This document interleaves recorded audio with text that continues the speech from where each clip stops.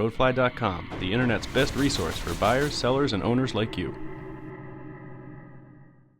Hi, I'm Ross Rapoport with Roadfly.com. Thanks for watching this episode of RoadflyTV. Today I get to bridge a pretty big gap in my automotive experience. For as long as I've been doing this and for as many cars as I've driven, my experience with new BMWs has been pretty limited, aside from a 650i when I first started here. So I was excited to receive this, the 2011 BMW 535i. This is a BMW in the classic mold, a sports sedan that rewards the driver first and foremost, and it's loaded with BMW characteristics both new and old. The 5 Series was redesigned for the 2010 model year and sort of regressed to the mean a bit in terms of its design. Its predecessor was wildly styled, unconventional inside and out. This car returns to form and brings back some of the styling cues we all loved in the 5 Series cars of the 90s. For example, this car's hood looks much longer than it is, and the headlights and distinctive double kidney grille are upright and squarish, as opposed to the last generation 5 Series, which was sort of swept back and more unconventional. I'm not even a BMW owner myself, and I'm still glad that the zany, crisp-angle designs of the early 2000s are being pushed aside gradually in favor of what made these cars look so purposeful and sporting in the first place. Inside, a similar thing has happened. The driver-oriented controls that we all loved have returned, after a hiatus during the previous car's run. And this car's cabin is just awesome. As in most 5 Series cars over the years, rear seat room is a bit tight, but this is technically an executive's car, and rear seat legroom is less of a priority than the enormous trunk, which can hold a couple of golf bags or a multitude of boxes of paper just in case the Securities and Exchange Commission decides to stop by your office. So once you get it on the road, this car definitely lives up to BMW's ultimate driving machine reputation. The steering is wonderfully communicative, the handling is astounding, and braking is totally rock solid, while the ride is firm without being jarring.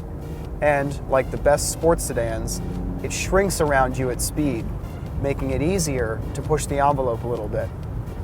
A little too easy if you ask me, since I got a speeding ticket within 20 minutes of picking it up. So, on that note, this car isn't exactly a speed demon, with 4,050 pounds being hauled around by 300 horsepower. It uses BMW's 3-liter turbocharged inline-6, which also makes a respectable 300 pound-feet of torque. And 0 to 60 comes in the high 5 to low 6 second range, and the quarter mile falls in the low to mid 14s. Not astounding, but plenty quick by any measure. But this car hides that quickness better than any car I've ever been in, and it makes you work hard when you really don't actually have to. And before you know it, you look down and you're doing 80. This car wants to be driven quickly, and it basically tricks you into doing it. So good luck achieving the EPA fuel economy rating of 19 in the city and 28 on the highway. Speaking of tricks, I have to talk about the price. You see this review, you like the car, you walk into a BMW dealership, you see the starting MSRP of $49,600, sounds great. So you sit down with the sales guy and you say, I like the way that Roadfly car's seats looked.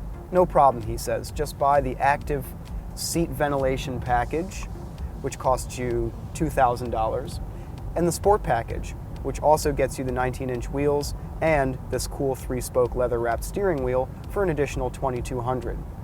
You want the cool keyless entry system? That'll be $1,700. You want an iPod connector? That'll be $400.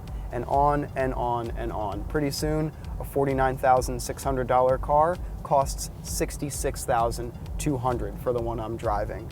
And it's just astounding. I understand it's part of the BMW experience, but you end up paying for things that you just never thought you would have to pay for. I know that BMWs are the sporting choice, and that's certainly worth a premium. And if I was shopping in this segment, this would be my pick, no question about it, because it's the only mid-size offering from any of the big 3 German luxury manufacturers to offer a manual transmission. However, I think that its main spiritual competition, if you want to call it that, comes from other countries like the US and Japan. For example, the Cadillac CTS is about the same size, has about the same power, is also available in manual, yet costs almost 30 grand less. So does the Acura TL, which has the added advantage of offering a 6-speed manual with all-wheel drive, which you can't get in the 5 Series. It's also half a second quicker to 60 miles an hour and to the quarter mile. So if you're on a budget looking for a sports sedan, I can't recommend this. However, if what you want is a bigger German sedan that still demands driver involvement in the midst of unparalleled luxury, this is the only way to fly. I'm Ross Rapoport. Thanks for watching this episode of RoadflyTV. Please join our community by subscribing to our YouTube channel. Leave me some comments. I'd love to hear from you.